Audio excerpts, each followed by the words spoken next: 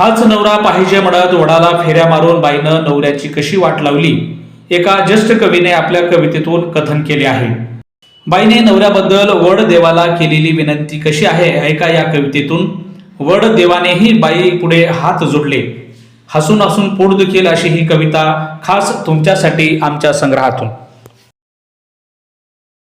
लक्ष इकडे आहे असं समजून मी कविता सादर करतोय. कवितेचं नाव आहे वड म्हणला बाई तुला दोन्ही हात जोडले. काही नाही, साधी कल्पना आहे.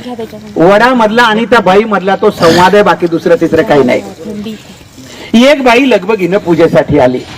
एक बाई लगबगीनं पूजेसाठी आली. भक्तिभावाने वडाला चक्रा मारू लागली. भक्तिभावाने वडाला चक्रा मारू लागली. वड देवा पूजा पदरात घे. वड देवा पूजा पदरात घे. जन्मोजन्मी पुन्हा मला हाच पती दे. जन्मोजन्मी पुन्हा मला हाच पती दे. आश्चर्याने वडाने विचारलं, हाच पती पाहिजे? आश्चर्याने वडाने विचारलं, हाच पती पाहिजे? काही म्हण बाई तुला खरंच मानलं पाहिजे. काही म्हण बाई तुला खरंच मानलं पाहिजे. त्याच्यावरती बाई काय म्हणाली, काय करणार वड दादा, खूप विचार केला. काय करणार वड दादा, खूप विचार केला. हाच नवरा राहू दे म्हणून आतून आवाज आला. हाच नवरा राहू दे म्हणून आतून आवाज आला. त्याच्यावर तो वड म्हणायला, एवढे दुर्गुण असून सुद्धा याचीच निवड केली.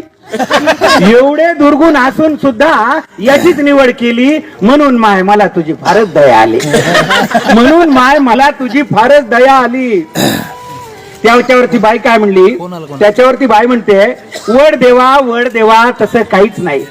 वड देवा तसं काहीच नाही.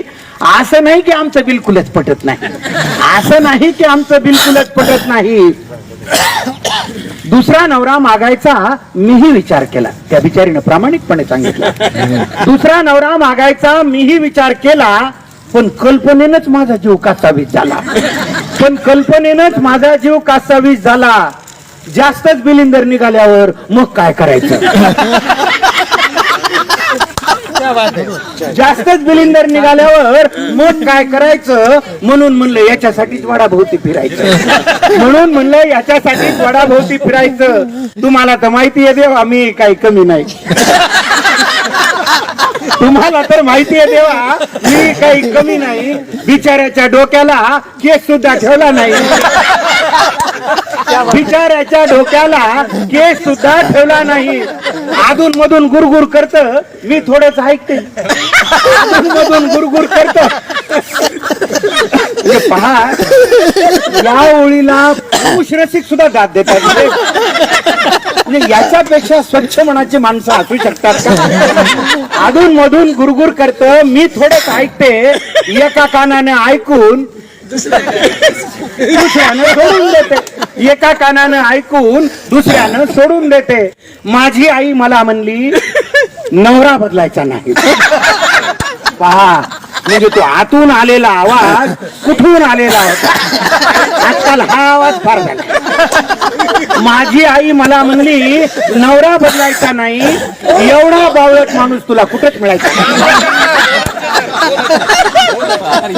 माझी आई मला म्हणली, एवढा बदलायचा नाही, नवरा बदलायचा नाही.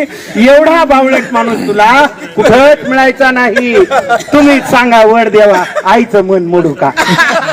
तुम्हीच सांगा वड देवा, आईचं मन मोडू का? नशिबाने मिळालेलं चांगलं माणूस सोडू का? नशिबाने मिळालेलं चांगलं माणूस सोडू का? वयोवृद्ध झाडाने पण गडगडाटी हास्य केले. वयोवृद्ध झाडाने पण गडगडाटी हास्य केले. वड म्हणला बाई तुला दोन्ही हात जोडले. वड म्हणला बाई तुला दोन्ही हात जोडले.